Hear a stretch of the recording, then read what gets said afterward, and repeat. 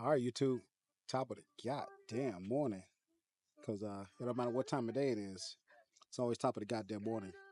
So it's a very very amazing Wednesday morning, the last Wednesday of January 2025.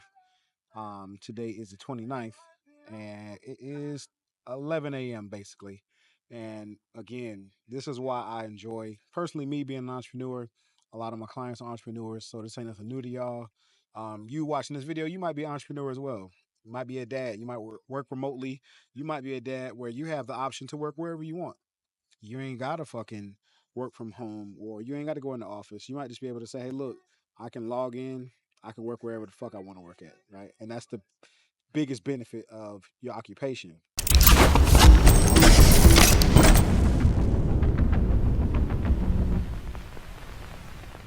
So I love working from wherever I want to work. But again, I got off the call with one of my good friends who I'm actually coaching to become a fitness coach. So I've decided to make this video. And one of the main things we spent a lot of time on during his conversation, because we're taking him through a journey of he had to make his drastic transformation as well for his fitness brand, right? So I we spent a lot of time on the topic of how much should you lift to lose weight and make change on the body. So that's the whole topic of this video. And this question is very good because again, you got to lift to lose weight. I get a lot of clients. I've had a lot of clients, and I still get clients to this day, where brothers don't know how much to lift. Right? You don't know if you should lift heavy for low reps. The bullshit, lightweight high reps. We've all heard that. That's a fucking myth. A lot of guys fell for that shit because here's the thing: you see a lot of fucking models. You see a lot of guys who are fitness competitors and bodybuilders. You think that when they talk about their regimens before a photo shoot or a competition, just because they are lifting light weights for high reps, that is part of the phase that they're in for their journey for that specific look. So, but you, as a career dad, a husband, you probably ain't even married, you probably ain't even got no kids. But again, you're watching this video because you want to learn how much weight should you lift to lose weight. Well, while you're in the beginning stages of losing weight, you need to be lifting as heavy as you can. This isn't just a phase for you. The weights you're lifting now, this is going to help you establish your physique, establish your body, right? So, what do I mean by establish your body, establish your physique? So, right now, while you're at whatever weight you're at, you don't have any dense muscle established on your body. Or you might be like some of my clients where they are former athletes. They used to play ball back in the day, right? And they do have physiques up under that body fat. You know what I'm saying? Uh, Damn cars. I'm out here at Starbucks. The cars riding by. Make sure my mic is high enough for y'all can hear me. But again, you might have some fucking muscle up under that fat from playing baseball, basketball, football, like I did. I played football and I wrestled at the same time. So when it came time for me to diet down, I already had the foundation of a good physique. I was strong, big legs, big wide back, big chest because I played sports back in the day. But I get a lot of clients where these guys have never lifted weights ever in their life. You see what I'm saying? So the way I put out my content, I put out my information is I'm talking to two kind of people. The guy who has an athletic background or the guy who has never done anything. Then we got the guys right in the middle. We got the brothers who are athletes, but they haven't done anything in a long time. So again, it's still three kind of people really when you look at it, because again, you still got to lift weights to lose weight. But the biggest question is how much should you lift to lose weight? Well, that's going to come down to the individual. You got to look at your training history. You got to look at what have you done in the gym before? What have you done in the past? Because if you've worked out before, like some of my clients who were athletes or avid gym goers, right? They have a foundation laid. So when they get back into a workout routine, they think in their mind, oh, I got to go all in. I used to be able to bench 405 back in the day. Now I got to get back under 405. No. That's not what you did back then. That's not now. You see what I'm saying? So when you're getting back into a routine, the amount you should lift, or when you're starting a new routine from scratch, The amount of weight you should lift to lose weight is what you can lift, my man. What you could lift, your heavy is what you should lift. What's challenging? So, for example, let's say we're doing 5 sets of 10, right? 5 sets of 10 on whatever workout, whether it be squat, bench press, shoulder press, deadlift, it don't matter. If you're doing 5 sets of 10, you should be doing whatever weight you can do that's going to challenge you. Here's the thing, 3 things. It shouldn't be too light. You shouldn't feel like, let's say, for example, we're doing a deadlift. The weight shouldn't feel like that shit is just a fucking paper clip you're picking up off the floor. Now, if you are deadlifting, you shouldn't be struggling to get that shit a 1/4 inch off the floor. That means the weight too fucking heavy.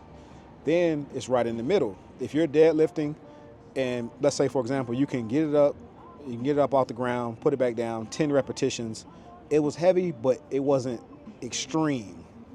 That's where you should be lifting at. So for me personally, my medium heavy or my challenging weight for a deadlift that I can train with, I can do 5 sets of 10. I can take me a 1.5 minute break, get back into my next set comfortably, but it's still a challenge.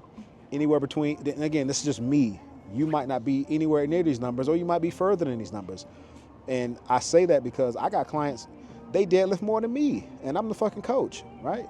So for me personally, a challenging weight for a deadlift, anywhere between 225 and 315. That's going to get me some good workload. You know what I'm saying? So you got to go out there and just see. You got to start from just the bar. For me personally, I always start with 135 on the bar, whether it's going to be a deadlift, a squat, a bench press, don't matter what workout we're doing. As long as we're using a barbell, these weights for the barbell exercises, these are going to be the gauge for what you're going to do for every other exercise. Because when you really look at it, every other exercise is just an accessory to the big compound lifts with that barbell. If you're going to do a squat, leg press is an accessory work. It's still a compound, but it's a machine. If you're going to do leg extensions after that, you can kind of gauge it based on how much you were squatting. Because again, you don't want to be one of those guys where you got a weak ass fucking squat, but you got a heavy ass leg extension. You're training backwards. You see what I'm saying?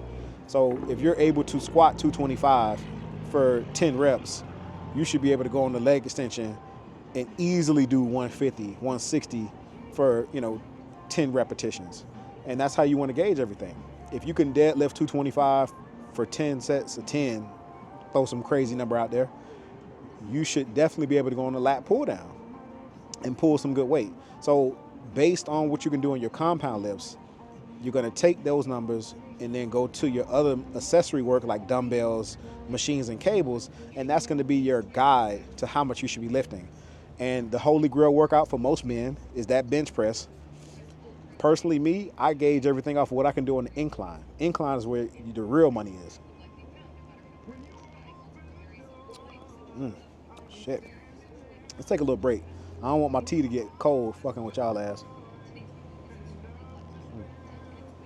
I'm up here at the Starbucks working. My wife, she ordered me two teas. So what I do is when I order 2 teas, when I first get to Starbucks, I got here at like 8:15. But when I know I'm finna work here for a while, common courtesy when you're gonna be working at a restaurant or a location for a while, you want to keep ordering shit. So what I do is I order 2 beverages, and for me, courtesy, I used to work at Dunkin' Donuts when I was a shorty. Common courtesy, if you're gonna be there for about an hour and a half, 2 hours, at least order 2 things. That's gonna get you about 3 hours, or 3 to 4 hours ish. Where they ain't looking at you like, damn, this motherfucker just bought a fucking $1 drink and stayed for 4 hours. Like, no, I bought 2 drinks that cost $8 in total. I got the first one at 8:30, and now it's 11:06, and I got the second one. So, just want to whip this around real quick. Got my baby right there. You know what I'm saying? And hey, listen, YouTube, I'm gonna keep making these videos. I'm gonna keep grinding. One day, I'm telling you now, one day you're gonna look over there. I'm gonna be doing my work just like this on my computer, post it up. You know what I'm saying? And I'm gonna have my McLaren over there. I'm gonna have my Bugatti over there. I'm gonna have my Lamborghini S. I don't like nothing else. Either I like the Lamborghini S, the Aventador S, or I like the Ultimate. But other than that, you're gonna see it's gonna be the Cullinan over there very soon. I ain't gonna say when, I ain't gonna say how. You just gonna see it. You see what I'm saying? But just want to show you. You know what I'm saying? Got my tea This is I call it the medicine ball, but there we go. I call it a medicine ball, but they had to change the name because motherfuckers is stupid. Um, when it was called the medicine ball, dumb fucks thought that this tea had medicine in it.